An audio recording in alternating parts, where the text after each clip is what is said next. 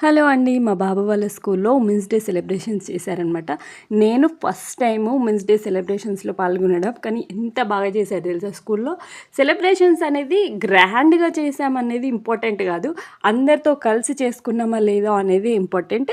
చేశారు ఇక్కడ కూడా ramp walks, dance LADS, funny games, activities, కొంచెం సాంగ్స్ పెడితే డాన్స్ వేయడం.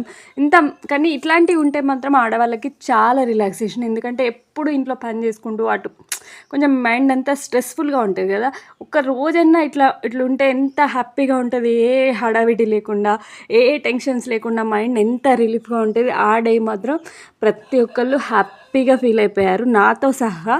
కానీ ఇట్లాంటివి మాత్రం ఎంత హ్యాపీగా ఉంటాయో కదా మనసుకి. కొంచెం నవ్వుకోవచ్చు కాసేపు, వాళ్ళు చేసేవి చూసి మనం చేసేటి మనం చూసుకొని కూడా ఎప్పుడన్నా లైఫ్లో ఫ్యూచర్లో. సో ఆ మెమొరీ కోసం నేను ఇవాళ యూట్యూబ్లో ఇది అప్లోడ్ చేశాను. ఎప్పటికీ మనకు గుర్తుండిపోతుంది కదా ఈ డేకి ఇట్లా ఎంజాయ్ చేశామని. మీకు కూడా ఇట్లాంటి మెమొరీస్ ఉంటే మాత్రం కంపల్సరీగా నాకు చెప్పండి. మీరు కూడా ఉమెన్స్ డే ఎట్లా సెలబ్రేట్ చేసుకున్నారో చెప్పండి. అండ్ వన్స్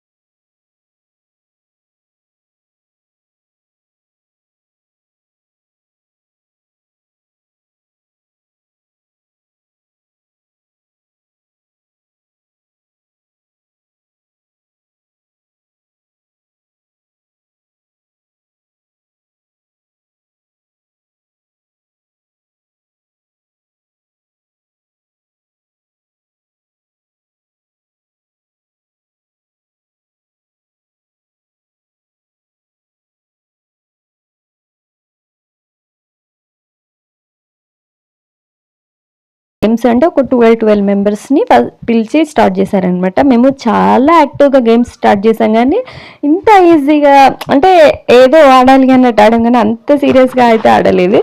చాలామంది సీరియస్గా ఆడారు, మేము ఏదో క్యాజువల్గా నవ్వుకుంటూ ఆడేసినాము. కొంతమంది పేరెంట్స్ సిన్సియర్గా ఆడారు గెలవాలి అనేసి.